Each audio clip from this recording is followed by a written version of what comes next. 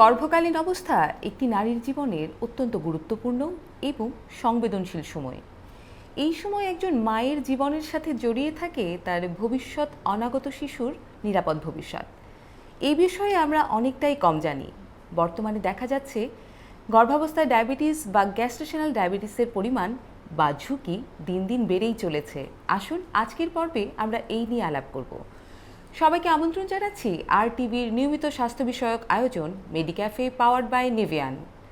আপনাদের সাথে আছি আমি তমালিকা বিশ্বাস।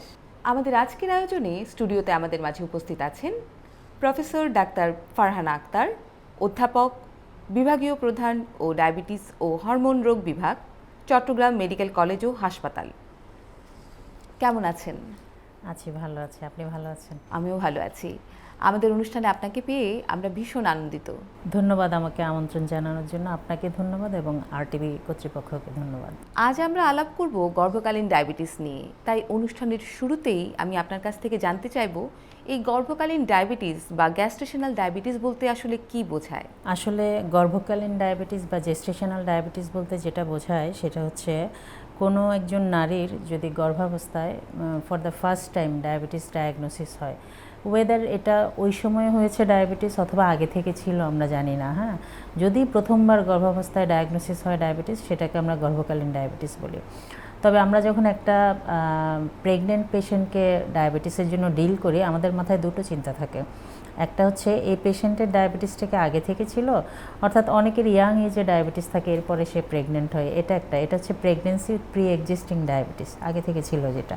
আর আরেকটা হচ্ছে তার আগে থেকে ছিল না কিন্তু গর্ভাবস্থায় তার ডায়াবেটিস হচ্ছে। আপনি যেটা জিজ্ঞেস করছিলেন যে সেটা হচ্ছে গর্ভাবস্থায় আমরা ফার্স্ট টাইম ডিটেক্ট করেছে যে প্রেগনেন্সি আসার পরে ধরা পড়ে যে ডায়াবেটিস। এটা হয়তো আগে থেকে ছিল, সে জানে না, কিন্তু আমার কাছে ধরা পড়েছে এটা ডিউরিং প্রেগনেন্সি। এটাই হচ্ছে গর্ভকালীন ডায়াবেটিস। এই যে গর্ভকালীন ডায়াবেটিস নিয়ে আমরা আজ কথা বলবো, এর ঝুঁকিটা পৃথিবীতে ঠিক কত, কি হারে বাড়ছে বা কিভাবে আছে, তার অবস্থাটা যদি আমাদেরকে জানান। শুধু যে গর্ভকালীন ডায়াবেটিস না, ইনফ্যাক্ট নন প্রেগনেন্ট ডায়াবেটিস যেটা, সেটাও কিন্তু খুব এপিডেমিক, মানে খুব আশঙ্কাজনক হারে বাড়ছে পৃথিবীতে এবং বাংলাদেশে অ্যাজ ওয়েল। তো গর্ভকালীন ডায়াবেটিস পৃথিবীতে বলা হয় যে ইন্টারন্যাশনাল ডায়াবেটিস ফেডারেশনের তথ্য অনুযায়ী এটা প্রতি 6 জন লাইভ বার্থে একজন গর্ভকালীন ডায়াবেটিস থাকে। আমেরিকাতে এটার প্রাদুর্ভাব হচ্ছে 6 to 7%, আর ইউরোপে হচ্ছে 10%।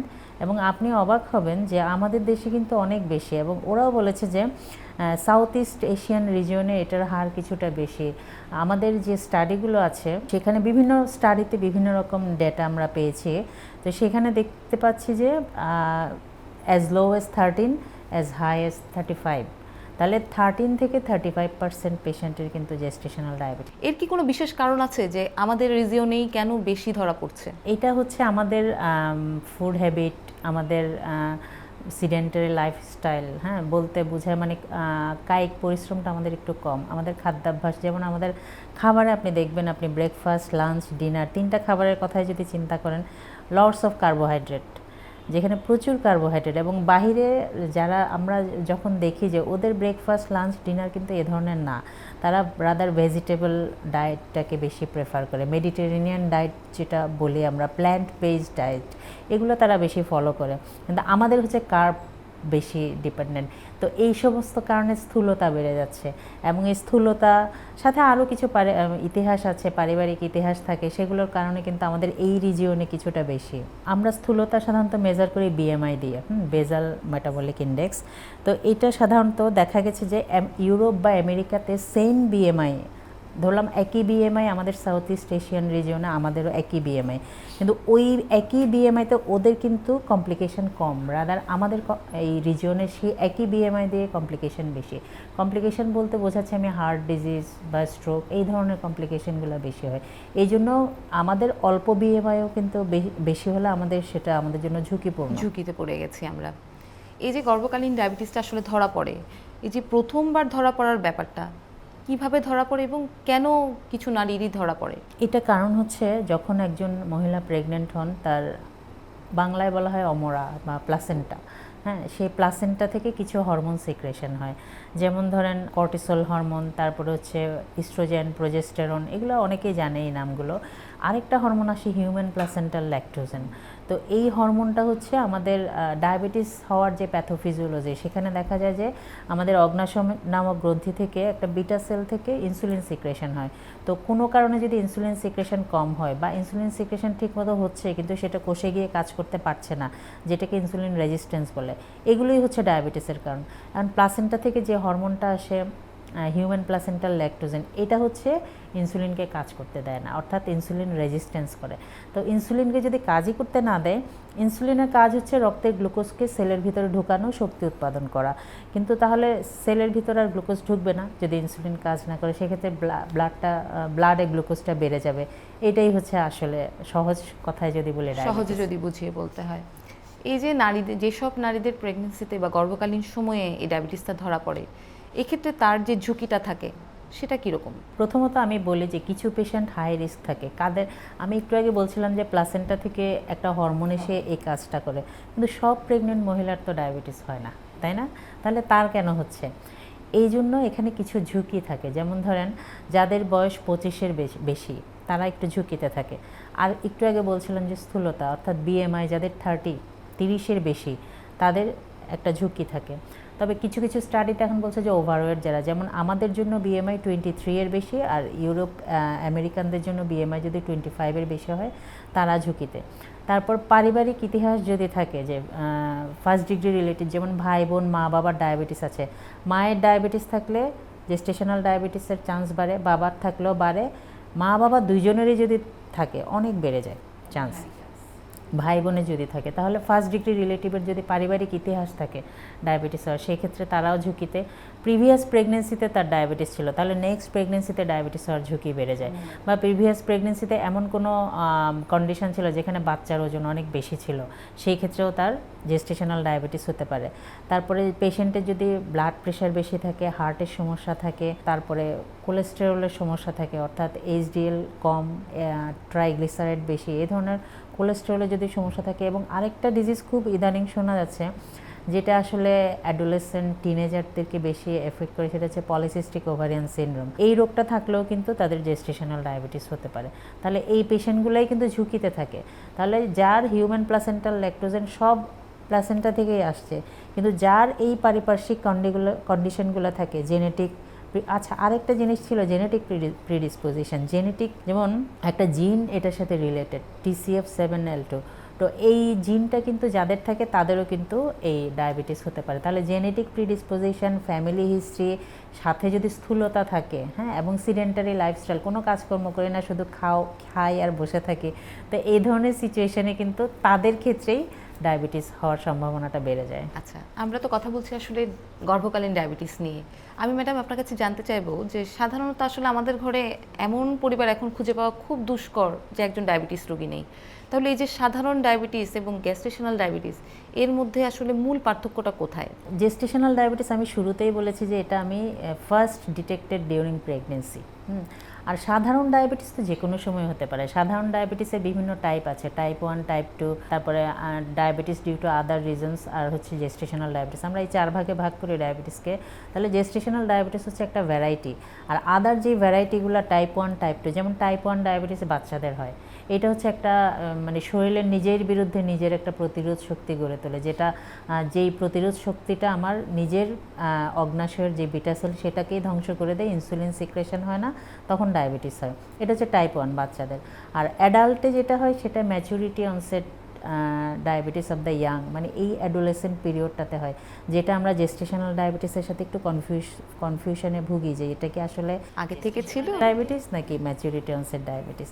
তো এটাও হচ্ছে আপনার অ্যাকচুয়ালি জেস্টেশনাল ডায়াবেটিস আর type 2 diabetes almost same etiology, মানে কারণ আর কি ওই যে একটা জেনেটিক প্রিডিসপোজিশন থাকতেও পারে, নাও থাকতে পারে, সাথে এনভায়রনমেন্টাল ফ্যাক্টর, অর্থাৎ ওবেসিটি, সিডেন্টারি মানে বসে বসে থাকা, কাজ না করা, তারপরে হচ্ছে অন্য যেগুলো মানে ব্লাড প্রেশার, কোলেস্টেরল, এগুলো যদি, হার্ট ডিজিজ, এগুলো যদি থাকে, তাহলে তাদের ক্ষেত্রেও ডায়াবেটিস আসতে পারে। আসলে এই মেটাবলিক ডিজিজগুলো আমরা বলি না যে বিপদ একসাথে একা আসে না, 4 দিক থেকে আসে, সেই একই ধরনের এই মেটাবলিক ডিজিজগুলো কিন্তু সিঙ্গেল আসে না, এগুলো একই সাথে অনেকগুলো আসে, সেই জন্য একটা থাকলে একটা সার্চ করতে হয়। ম্যাডাম, এই বিষয়ে আমরা আরও বিস্তারিত আলাপ করব আপনার সাথে, তবে সেটা বিরতির পর। প্রিয় দর্শক, আপনারা দেখছেন আরটিভির নিয়মিত স্বাস্থ্য আয়োজন মেডিক্যাফে পাওয়ার্ড বাই নেভিয়ান। নিয়ে নিব ছোট্ট একটি ব্রেক, আরটিভির সাথেই থাকুন।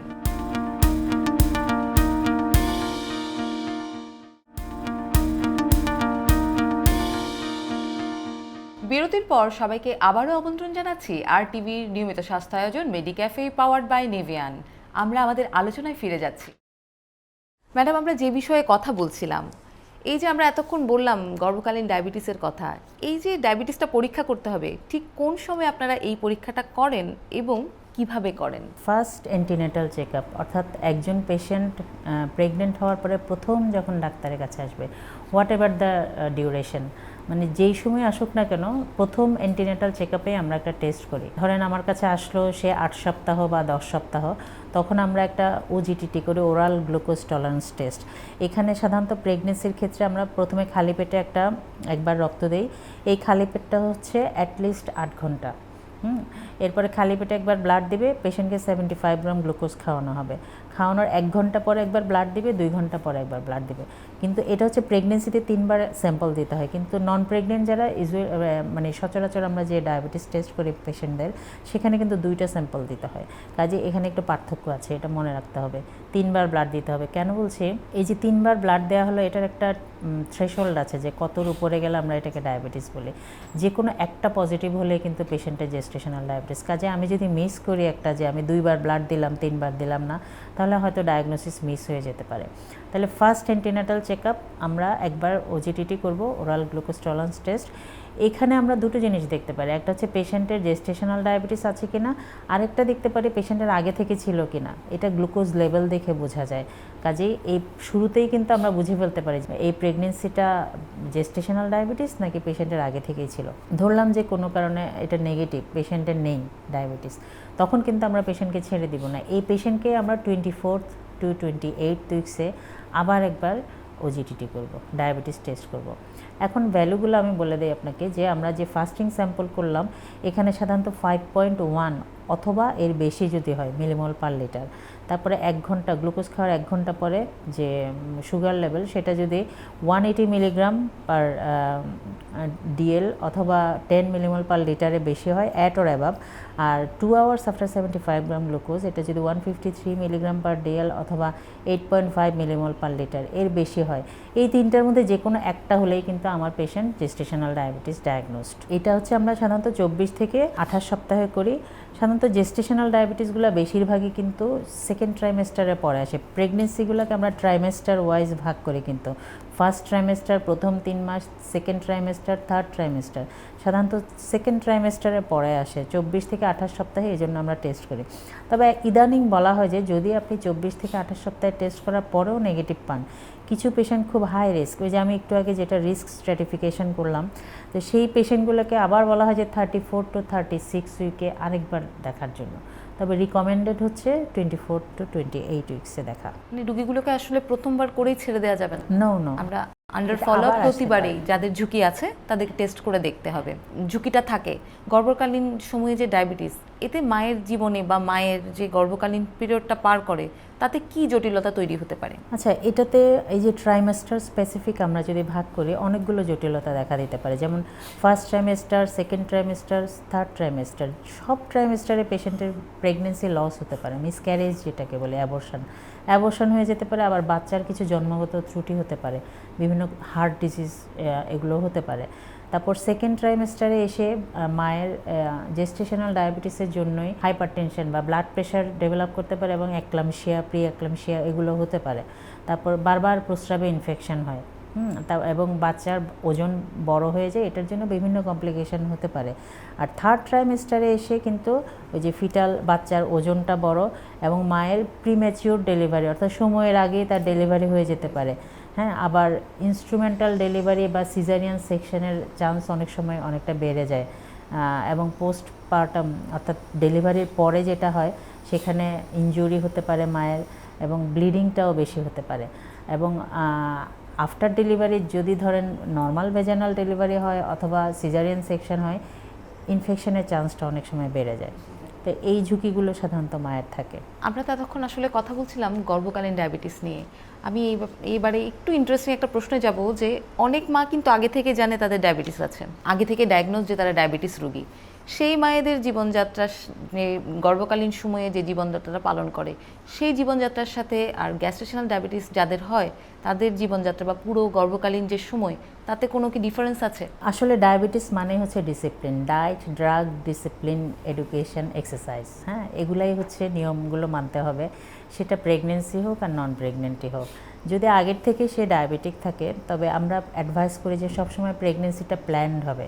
3 মাস আগে থেকে উনি ইনসুলিন নেবেন, ইনসুলিন নিয়ে ওনার ডায়াবেটিসের যে একটা গড় আছে HbA1c, এটাকে একটা প্রেগনেন্সির টার্গেট থাকে লেস দেন 6.5%, অ্যারাউন্ড 6 to 6.5%-এর মধ্যে এটাকে নিয়ে আসতে হবে, এরপরে উনি বাচ্চা নেবে।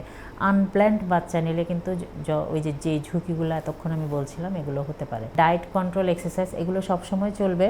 সাথে এই যে আগে থেকে যে একটা ডায়াবেটিস ছিল এটার কিছু ইম্প্যাক্ট থাকে প্রেগনেন্সির উপর। যেমন পেশেন্ট আগে থেকে যে ইনসুলিন নিচ্ছিল সেটার রিকোয়ারমেন্ট প্রেগনেন্সিতে বেড়ে যেতে পারে।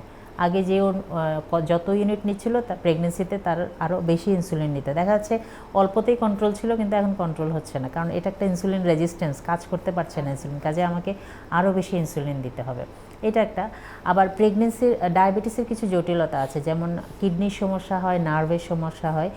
এই সমস্যাগুলো কিন্তু প্রেগনেন্সিতে ডিটেরিওরেট করতে পারে, আরও খারাপের দিকে যেতে পারে। কাজেই ওই যে বললাম একটা প্ল্যান্ড প্রেগনেন্সি, 3 মাস আগে থেকে ইনসুলিন নেবে, ব্লাড গ্লুকোজটা টার্গেটে আনবে, সাথে তার ডায়াবেটিসের জন্য কিডনির কোনো জটিলতা আছে কিনা, নার্ভের জটিলতা আছে কিনা, এগুলো সব ভালো করে চেক করে নিতে হবে। হ্যাঁ, আর প্রেগনেন্সি হওয়ার পরে আমরা ট্রিটমেন্ট প্ল্যান কী হবে, কীরকম রাখা উচিত আমাদের, তো আমাদের অ্যাডভাইস করি যে খুব স্ট্রিক্ট কন্ট্রোলে আমরা রাখি। প্রেগনেন্সিতে কোনো ছাড় নাই, একদম খুব ভালো স্ট্রিক্ট কন্ট্রোলে রাখতে হবে। তো সেটা রাখতে গেলে আপনাকে ইনসুলিন এবং ব্লাড গ্লুকোজ মনিটরিং এগুলো সবই করতে হবে।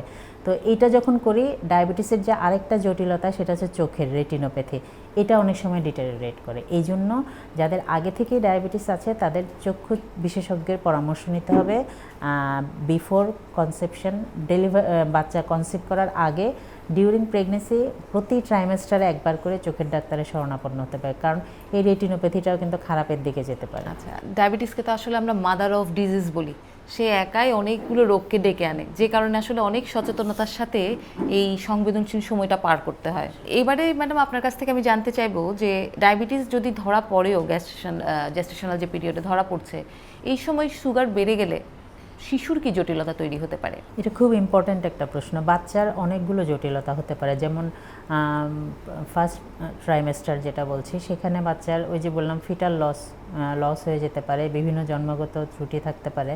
তারপরে বাচ্চার ওজন বড় হয়ে যেতে পারে, যেহেতু মায়ের গ্লুকোজ বেশি, এই গ্লুকোজটা বাচ্চার শরীরে গিয়ে বাচ্চার ইনসুলিন সিক্রেশন বাড়িয়ে দেয়, আর ইনসুলিন সিক্রেশন যখনই বাড়ে বাচ্চার ওজন তখন বাড়ে, এবং এই ওজন যখন বাড়ে বাচ্চার বিভিন্ন জটিলতা হয়। যেমন ডেলিভারির সময় বাচ্চা অনেক সময় পুরাটা বের হতে চায় না, আটকে যায়, এবং আটকে যায় হচ্ছে শোল্ডারটা, অনেক সময় শোল্ডার ডিস্ট্রোসিয়া যেটাকে বলে।